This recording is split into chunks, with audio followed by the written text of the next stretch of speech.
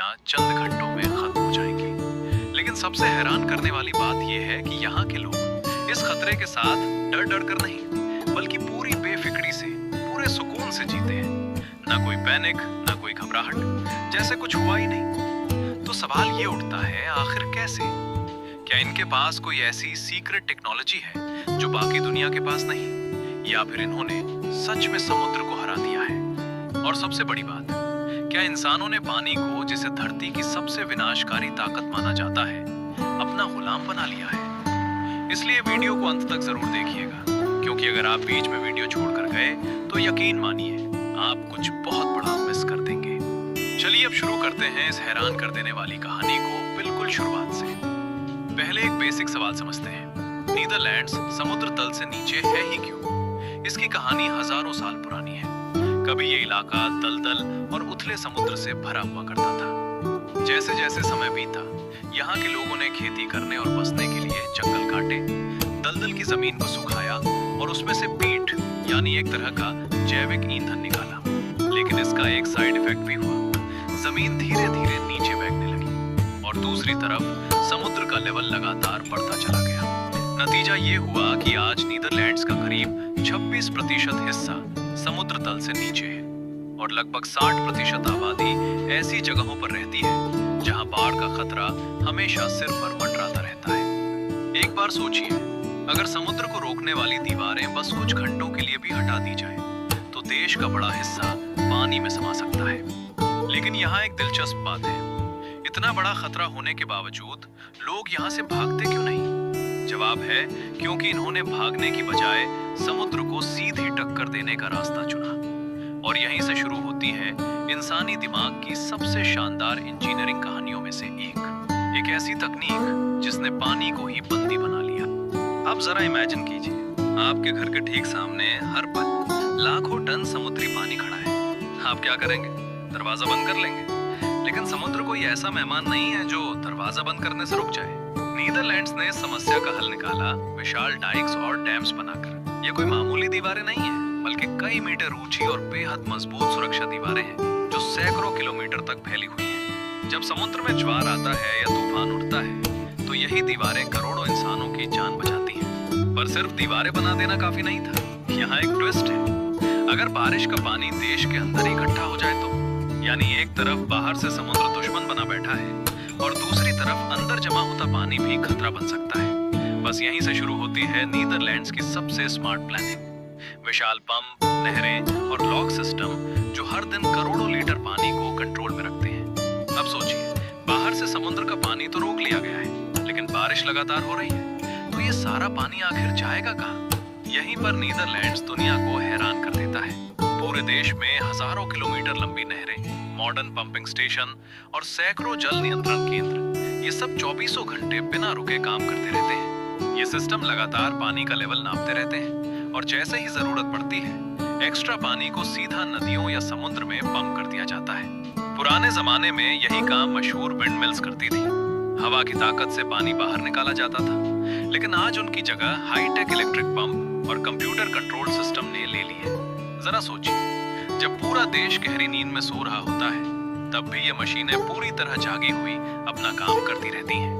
लेकिन एक सवाल दिमाग में जरूर आता है, क्या होगा अगर एक दिन समुद्र पहले से भी कहीं ज्यादा खतरनाक तूफान लेकर आ जाए? क्या ये दीवारें तब भी बचा पाएंगी? इसका जवाब जानने के लिए हमें एक ऐसे मेगा प्रोजेक्ट की कहानी में जाना होगा जिसे दुनिया की सबसे बड़ी इंजीनियरिंग उपलब्धियों में गिना जाता है। अब यहाँ थोड़ा रुकिए, क्योंकि जो कहानी अभी आने वाली है वो शायद अब तक की सबसे शॉकिंग है। 1953 की वो रात जिसने पूरे देश की सोच बदल दी। और सच कहूं तो ऐसी डीप डाइव फैक्ट चेक कहानियां आपको इंटरनेट पर हर जगह नहीं मिलेंगी। अगर आप चाहते हैं कि दुनिया की ऐसी छुपी हुई, दिमाग हिला देने वाली कहानियां सबसे पहले आपकी स्क्रीन तक पहुंचे, तो अभी इसी वक्त चैनल को सब्सक्राइब कर लीजिए और बेल आइकन दबा दीजिए। क्योंकि अगर आपने ऐसा नहीं किया तो हो सकता है अगली बार जब हम कोई ऐसी ही हैरान कर देने वाली सच्चाई लेकर आए, आप उसे मिस कर दें। तो चलिए अब वापस चलते हैं उस भयानक रात की तरफ जिसने नीदरलैंड्स की पूरी तस्वीर बदल दी। साल था 1953। एक भयानक समुद्री तूफान ने नीदरलैंड्स की पूरी सुरक्षा व्यवस्था को चकनाचूर कर दिया।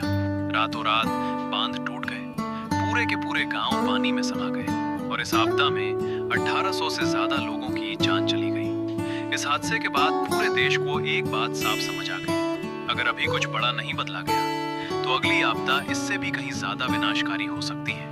और यहीं से शुरू हुआ इतिहास के सबसे बड़े इंजीनियरिंग मिशनों में से एक, डेल्टा वर्क्स। ये सिर्फ एक बांध भर नहीं है, ये एक पूरा नेटवर्क है। विशाल समुद्री बैरियर, स्लुइस गेट, लॉक और मजबूत डाइक्स का मिला-जुला सिस्टम। जब समुद्र शांत रहता है तो ये गेट्स खुले रहते हैं ताकि जहाज और समुद्री जीव आराम से आ जा सके। लेकिन जैसे ही तूफान या ऊंची लहरों का खतरा बढ़ता है, कुछ ही मिनटों में ये विशाल स्टील गेट्स अपने आप बंद हो जाते हैं और करोड़ों लोगों की जान बचा लेते हैं। जरा सोचिए, इंसानों ने ऐसा दरवाजा बना डाला जो पूरे समुद्र को रोक सकता है। लेकिन अब एक नई मुसीबत सामने खड़ी है। मैं पेरेंट्स से बात करना चाहता हूँ। आज की ये जनरेशन रफ्तार से बढ़ता रहा तो क्या यह सिस्टम आने वाले भविष्य में भी नीदरलैंड्स को बचा पाएगा? वैज्ञानिकों का कहना है कि आने वाले दशकों में समुद्र का स्तर लगातार बढ़ता रहेगा। इसका मतलब साफ है, जिन दीवारों और बैरियर्स ने आज तक देश को बचाया, आगे चलकर उन पर पहले से कहीं ज्यादा दबाव पड़ने वाला है। अब सवाल ये है, क्या इंसान एक बार फिर प्रकृति को मात दे पाएगा? और यहीं पर नीदरलैंड्स की सोच बाकी दुनिया से बिल्कुल अलग निकलती है। इनका मानना है, पानी से लड़ो मत, बल्कि उसके साथ जीना सीखो। इसी सोच के चलते ये अब सिर्फ ऊंची दीवारें नहीं बना रहे, बल्कि पूरे के पूरे शहरों को नए तरीके से डिजाइन कर रहे हैं। आजकल यहाँ फ्लोटिंग हाउसेस यानी पानी पर तैरने वाले घर बनाए जा रहे हैं। कई इलाकों में ऐसे पार्क और मैदान तैयार किए गए हैं जो आम दिनों में लोगों के घूमने फिरने की जगह होते हैं, लेकिन जब भारी बारिश होती है तो वही जगह एक विशाल जलाशय में बदल जाती है। यहाँ तक कि कुछ सड़कों को भी इस तरह डिजाइन किया गया है कि जरूरत पड़ने पर वो अस्थायी नहरों की तरह काम करने लगे। जरा सोचिए, जहाँ बाकी दुनिया बाढ़ से बचने के लिए भागती है, वहाँ नीदरलैंड्स पहले से बाढ़ के लिए जगह तैयार करके बैठा है। यही वजह है कि आज एशिया हो, यूरोप हो या अमेरिका, दुनिया भर के देश बाढ़ से बचने के लिए नीदरलैंड्स के इंजीनियरों और उनकी तकनीकों से सीख रहे हैं। तो क्या ये कहानी सिर्फ एक देश तक सीमित है? बिल्कुल नहीं। ये इस बात का सबूत है कि जब इंसान साइंस, टेक्नोलॉजी और दूरदर्शिता के साथ मिलकर काम करता है तो वो समुद्र जैसी विशाल ताकत के साथ भी जीना सीख सकता है। तो दोस्तों, आप जरा शुरुआत की उस बात को याद कीजिए। एक ऐसा देश जिसका बड़ा हिस्सा समुद्र तल से नीचे है, जहां एक छोटी सी चूक करोड़ों लोगों की जिंदगी खतरे में डाल सकती है। फिर भी आज यही देश दुनिया के सबसे सुरक्षित और सबसे विकसित देशों में गिना जाता है। आखिर ऐसा कैसे मुमकिन हुआ? क्योंकि नीदरलैंड्स ने सिर्फ ऊंची दीवारें खड़ी नहीं की, इन्होंने भविष्य की तैयारी की। इन्हें ये बात अच्छी तरह समझ आ गई कि प्रकृति को पूरी तरह हराया नहीं जा सकता, लेकिन सही सोच, साइंस और इंजीनियरिंग के दम पर उसके साथ सुरक्षित तरीके से जिया जरूर जा सकता है। एक बार सोचिए, अगर 1953 की उस विनाशकारी बाढ़ के बाद इन्होंने हार मान ली होती तो शायद आज नीदरलैंड्स का नक्शा ही कुछ और होता। लेकिन इन्होंने अपने डर को ही अपनी ताकत बना लिया। यही सोच इन्हें बाकी दुनिया से अलग बनाती है और शायद यही इस पूरी कहानी का सबसे बड़ा सबक भी है। बड़ी से बड़ी समस्याओं का हल ताकत से नहीं, बल्कि सही सोच और सही प्लानिंग से निकलता है। कौन जानता है, आने वाले 50 या 100 सालों में समुद्र का स्तर कितना बढ़ जाएगा। लेकिन अगर कोई एक देश है जो इस चुनौती का सामना करने के लिए सबसे ज्यादा तैयार है तो वो है नीदरलैंड्स। तो अब आप बताइए, अगर आपके शहर में भी हर साल बाढ़ आने लगे तो क्या नीदरलैंड्स जैसी ये तकनीकें वहां काम कर सकती हैं? अपनी राय कमेंट सेक्शन में जरूर लिखिए। मत भूलिए चैनल को सब्सक्राइब करें